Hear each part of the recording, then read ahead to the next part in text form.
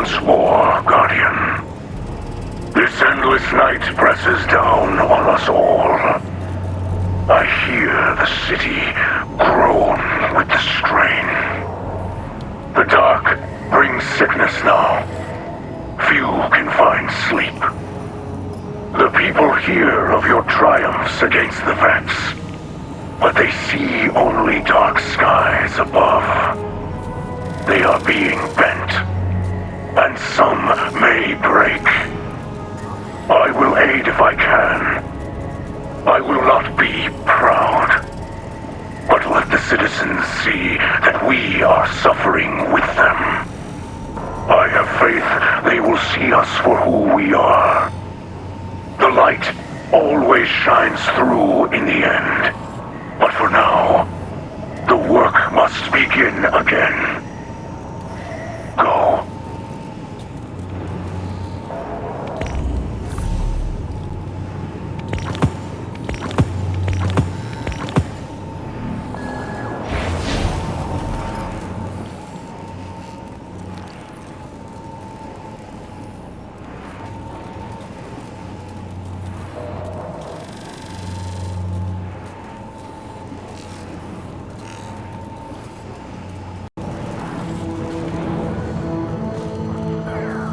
People of the last city. The Vanguard protects us from enemies outside our walls. But did you know they also protect us from information? Did you know that the Fallen unleashed the Vex on Europa? That they corrupt our Guardians with the poison gift of stasis, tempting them to build the darkness? These same Fallen are now inside our city, at the invitation of the Vanguard. Ikora knows all this, and more. Her hidden spies report as much, yet she continues to support these false alliances over her own people. Whether her lies are born of malice or incompetence matters not.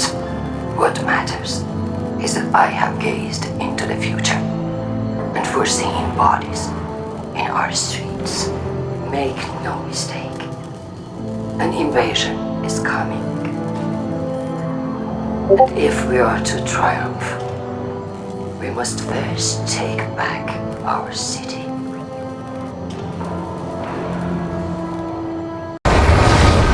Now you see how data flows through the world, just as light. Data did not slay the Vex. Data did not save you on Europa. Guardians do these things. The great machine blesses all in different ways.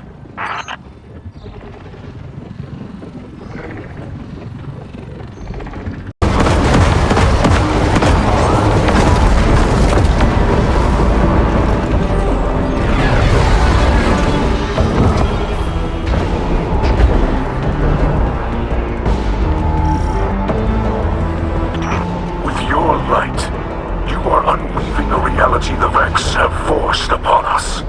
The tapestry of their design continues to fray. But this is far from over. Lakshmi is certain that our continued efforts, combined with future war cult's technology, can locate the source of the endless night. I am aware of the device Lakshmi uses. Does it not worry you? In what way?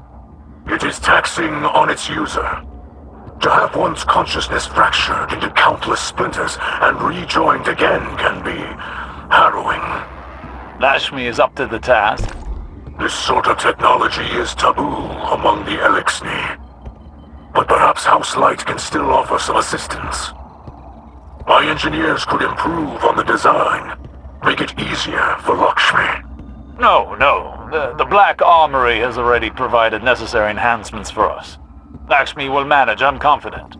Besides, the less interaction Lakshmi has with your people at the moment, the better. Yes, perhaps you are right.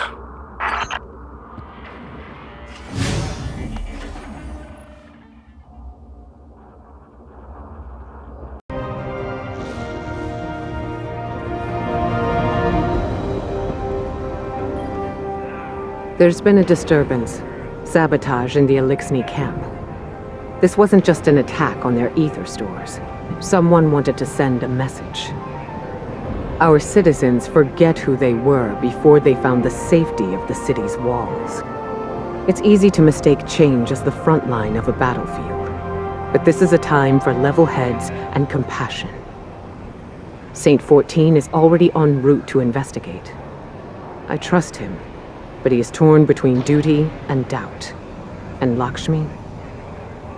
The Vanguard has tolerated her broadcasts, as Zavala doesn't believe it's our place to interfere in civilian politics. I see now that was a mistake. We can't allow anyone to jeopardize our alliance with the House of Light, no matter their motives. Our citizens must see that the Eliksni are people, just like them. Get down there. Be the calm the city needs. Hear out grievances and keep tensions low while I root out the perpetrators. It's time that Lakshmi and I had a little talk.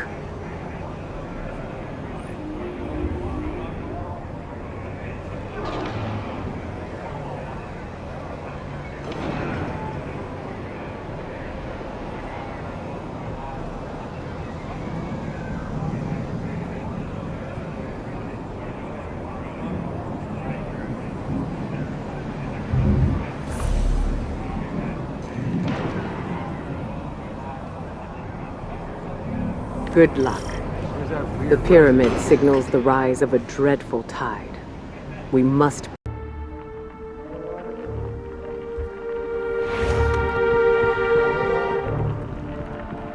You see what was done. Our ether tanks smashed. Our supplies stolen. Our home defaced. I cannot find any witnesses. This is not surprising. The locals have been under enormous pressure. You're lucky it was not worse. This destruction helps no one but the Vex. Please, instead of teaching your people to fear us, tell them the truth. The truth is that your kind has preyed upon us for as long as we can remember. There's nothing I can say that will make them forget. House Light has never raised arms against humanity. Your houses and titles are layers of politics. You're still fallen. You promised us your protection. And you've had it. We allowed your brood to squat and chitter here in our city. But still, the Vex simulation persists. If you're displeased with how you have been treated for your failure, then I suggest you camp elsewhere. Your people destroyed what little we possessed. Now we have nothing. Nowhere to go. Humanity faced a challenge like that once. We banded together and built a city with walls to keep our enemies outside, where they belong.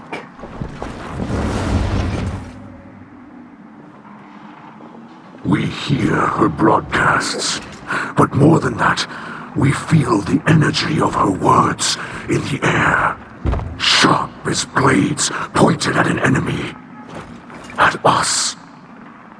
You cannot ask people to live alongside their monsters. Listen to me now, Saint.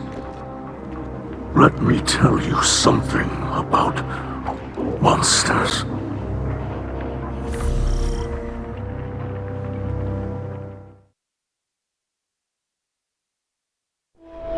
Once, in a city grander even than yours, we prospered. But it did not last. Our great machine abandoned us. And when we pursued it, you sent something back. A creature fueled by hatred. It tore through our great houses like they were nothing. And then it came for the rest of us. Nowhere was safe from its insatiable rage. In its eyes, even the most innocent of Eliksni were still fallen. It could die, but it would not stay dead. It would shake off the rot and rise again. And if it caught you in its crushing embrace, impaled you on its ragged crest, dragged you screaming into its foul shell, none live to speak of these horrors. It called itself the Saint. My people must now see the creature every day. It sees us. If we wish to survive, we must all learn to live alongside our monsters.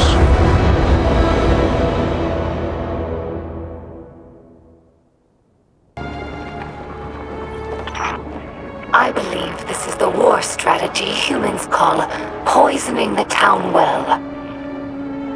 Luckily, we have enough ether reserves to last until repairs are made. But this is a worrying sign. When Ikora Ray offered us refuge, we assumed she had the authority to do so. But the longer we stay here, the more we wonder if anyone is in charge of this city. Your leaders do not seem to have the loyalty of the people. This instability puts Mithrax in a difficult position. Many in our house were against coming here, but they trusted my father's judgment. Now his messages of tolerance and forgiveness appear naive. Perhaps this was the attacker's goal.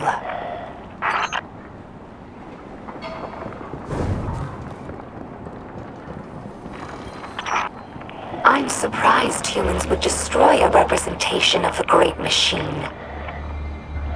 My research with the Awoken suggested that humans revered it as we do.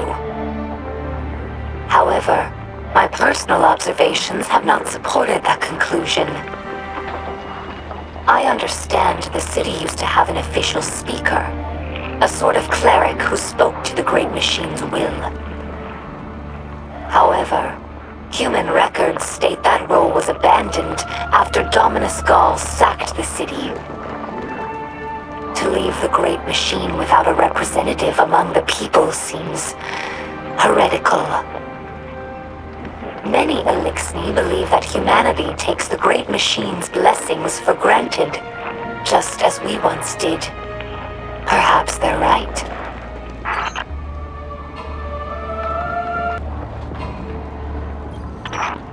This sharing of hatred, as my father would say, is disappointing but not unexpected.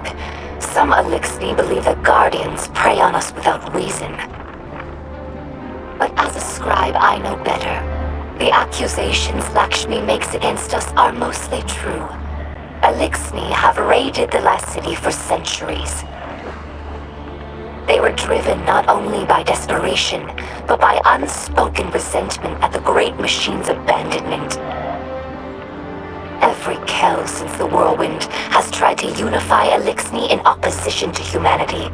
This war-like mentality has been a weakness.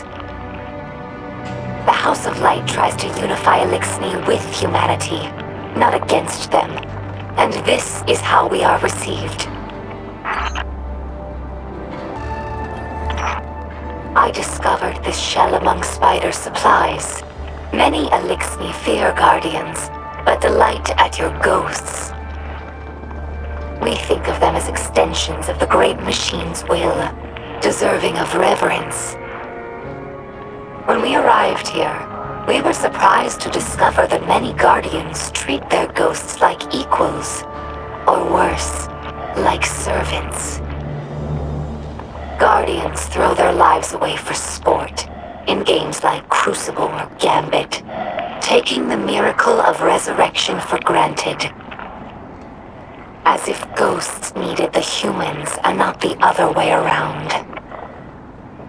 Eliksni have had their blessings from the Great Machine, it's true, but we've never known the power that ghosts grant humanity. I think that if Eliksni became Guardians, we would use the light to serve the Great Machine, not our own amusement. This Shank has been with us for many years. She's temperamental, but loyal.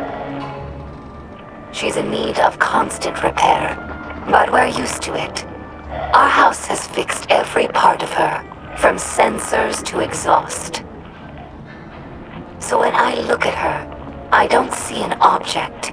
I see the members of my house. I see myself. To us, machines are vessels, not just tools. This is why scrapworking is so important to Eliksni culture. It's a way of sharing our spirit with the world, even when we have nothing. I'm sure that Guardians feel the same way about their tower. It's more than a hollow form, more than the rubble it was built from. The tower is the keeper of the Vanguard spirit, and you would defend it more fiercely than any other building. Is it not so?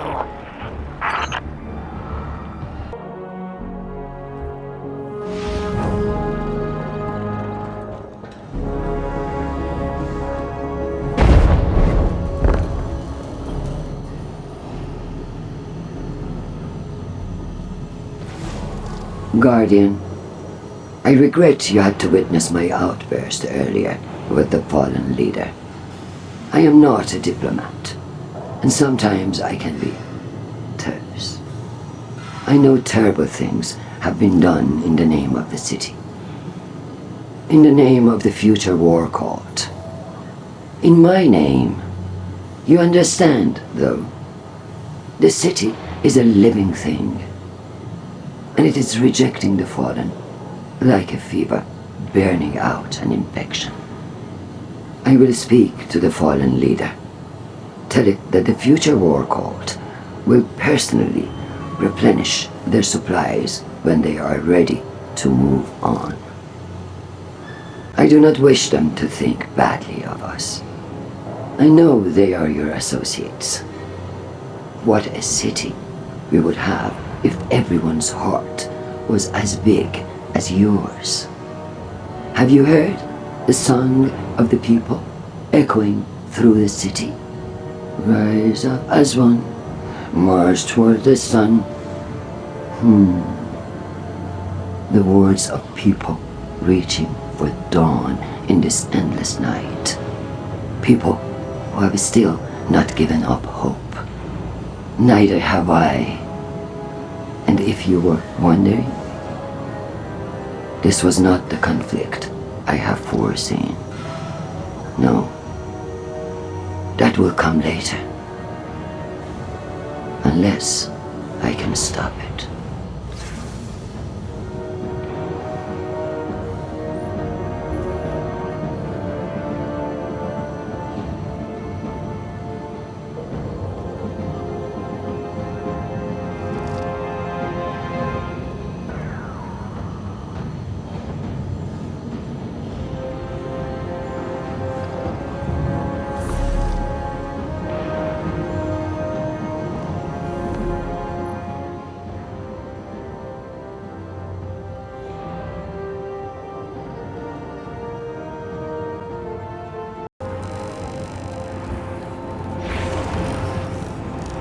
I have no words left to speak.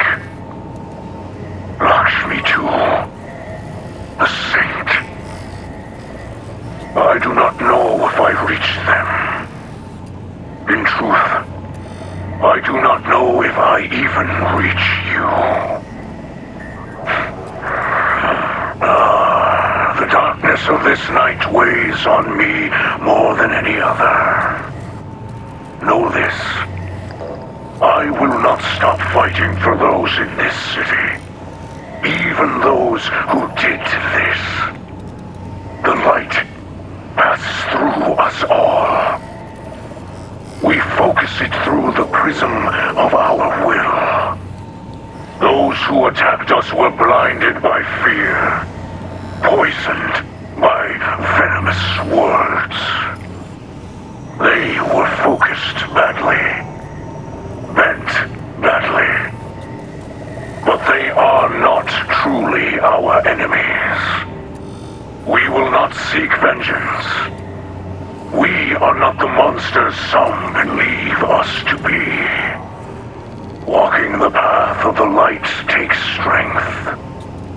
That is what we will remember tonight, as fear and hunger gnaw at us, as our hatchlings sleep in ashes.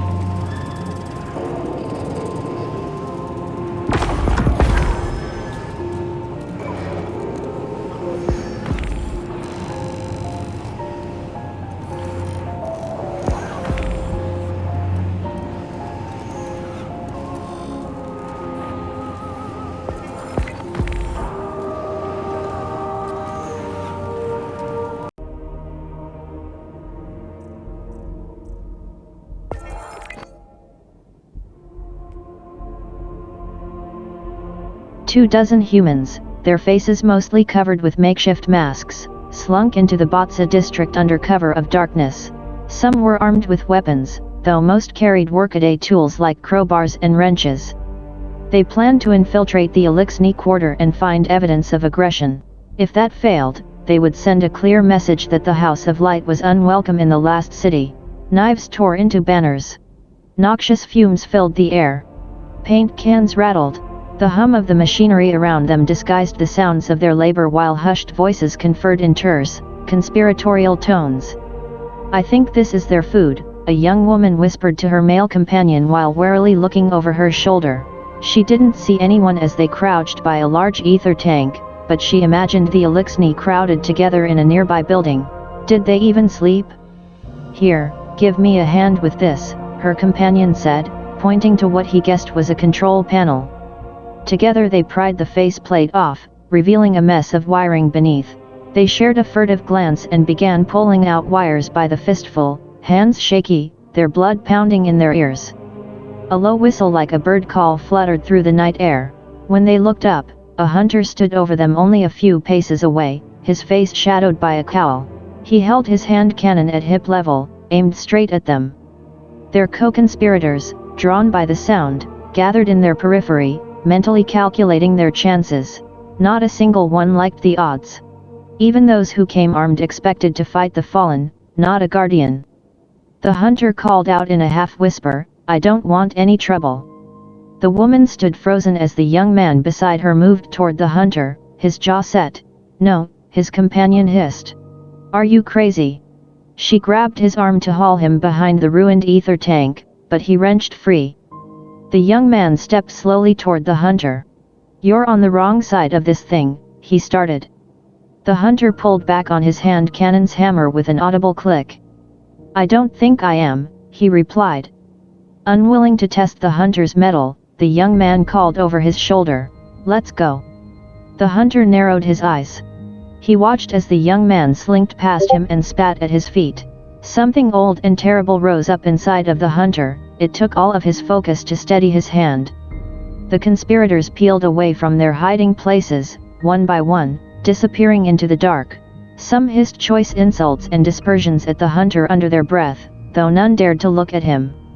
In just a few minutes, the block was deserted except for the hunter, who stood alone in the street until his ghost complied over his shoulder. It chirped with concern. "You wouldn't really have shot them, right?"